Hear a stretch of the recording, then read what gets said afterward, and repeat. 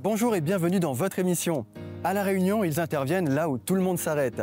Face à une rivière en crue, dans les ravines abruptes, à flanc de falaise, ils sont les spécialistes de l'impossible. Aujourd'hui, nous vous emmenons dans les coulisses des unités spécialisées du SDIS. Des femmes et des hommes d'élite formés pour des terrains extrêmes.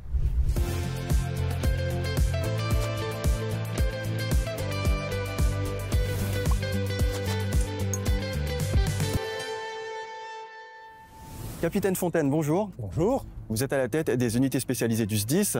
Nous connaissons bien les missions d'intervention contre les incendies, mais également de secours à la personne. Mais les unités spécialisées, qu'est-ce que c'est exactement? Les unités spécialisées, ce sont des équipes et du matériel qui sont formés pour faire des risques particuliers. On va venir en appui des équipes des centres de secours pour les aider sur des éléments spécifiques lorsqu'il y a des risques soit de hauteur, soit des risques nautiques, soit des risques chimiques. Pouvez-vous nous donner quelques chiffres concernant vos interventions? Donc, les interventions des unités spécialisées, ça représente environ 400 interventions par an. Et ce sont des interventions qu'on ne fait pas seul, mais qu'on fait avec les équipes de terrain. Combien d'hommes et de femmes composent vos effectifs? Alors, on est 200 hommes et une dizaine de femmes. Et moi, je vous propose qu'on aille les rencontrer sur le terrain. On y va tout de suite. Merci beaucoup, Monsieur Fontaine. Merci. Adjudant-chef Gontier, bonjour. Bonjour monsieur. Vous êtes responsable de l'unité d'intervention en milieu périlleux et en montagne. Pouvez-vous nous expliquer vos missions?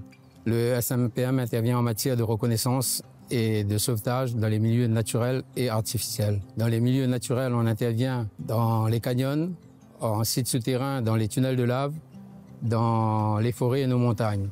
Dans les milieux artificiels, on intervient sur les infrastructures que l'homme a réalisées en zone urbaine. On est engagé quand les moyens techniques de nos sapeurs-pompiers sont inadaptés ou insuffisants en raison de la hauteur, de la profondeur et de la difficulté d'accès. Merci Monsieur Gontier. Merci à vous. Adjudant Baïf, bonjour. Bonjour. L'unité drone a été créée en 2015. Quels sont ses objectifs? Nos missions principalement aujourd'hui sont axées sur la reconnaissance, les recherches de personnes, le repérage et le zonage lors des sinistres.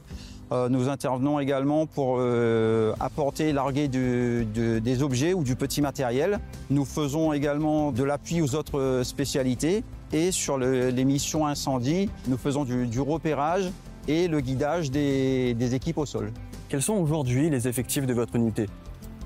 Aujourd'hui, l'équipe est composée de 11 pilotes, à laquelle viendront se rajouter 8 futurs pilotes à l'issue du deuxième semestre. Pouvez-vous nous donner des exemples concrets de missions récentes? Une intervention qui s'est déroulée de nuit sur Sillaos il y a quelques mois. Une randonneuse s'est égarée en pleine nuit. Le drone a permis justement de la localiser, de la repérer, de baliser son emplacement, de permettre le guidage des équipes du GRIMP qui sont venues la secourir par la suite. Et entre-temps, ça nous a permis de l'assister en déposant une bouteille d'eau et une couverture de survie. Par la suite, dans le sud, une deuxième intervention, toujours de nuit, un feu de végétation. L'usage du drone a permis de localiser plus rapidement le sinistre et de guider les moyens terrestres plus rapidement. Merci beaucoup, Adjudant Baïf. Merci à vous. Nous nous retrouvons au Cap Laoussé où a lieu en ce moment même un exercice d'intervention en milieu périlleux. Capitaine Fontaine, comment se passe la formation de ces unités?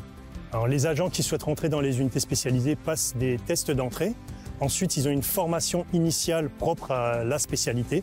Et tout au long de leur carrière, ils vont continuer à se former, à s'entraîner physiquement, à faire des exercices. Et notamment quand ils sont de garde, ils font 1, 2, voire 3 exercices par jour de garde de leur spécialité. Merci, Capitaine Fontaine. Merci à vous.